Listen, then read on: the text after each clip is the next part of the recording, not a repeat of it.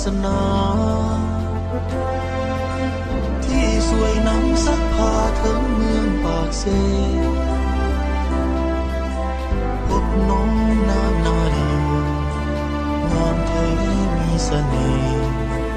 ดังจิตใจน้ำเซและดวงดอกไม้พบกุหลาบกลิ่นหอมของเมืองปากเซ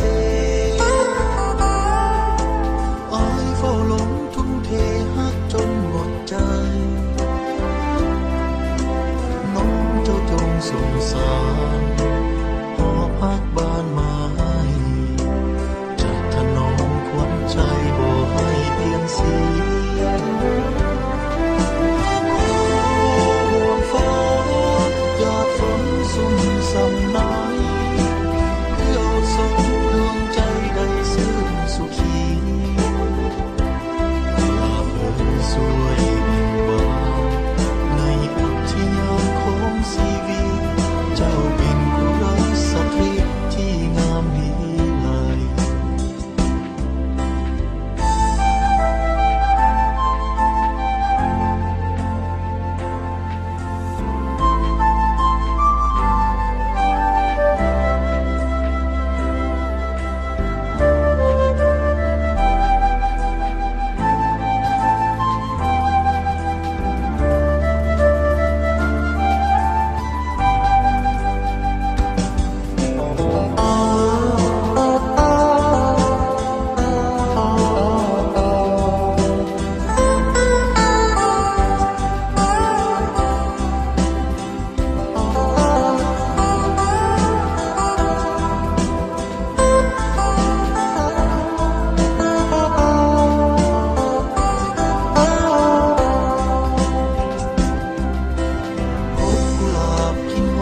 ของเมืองปากเซอ้ายเฝ้าหลงทุ่มเทฮักจนหมดใจน้องเจ้าจงสงสารหอพักบ้านไม้จะถนอมขวัญใจบ่ให้เปลี่ยนสีขอวอนฟ้าหยาดฝนสุ่มสำน้ำดวงใจได้ซื่นสุขีกุหลาบเอ่ยสวยยิ่งบานในอุทยานของชีวิต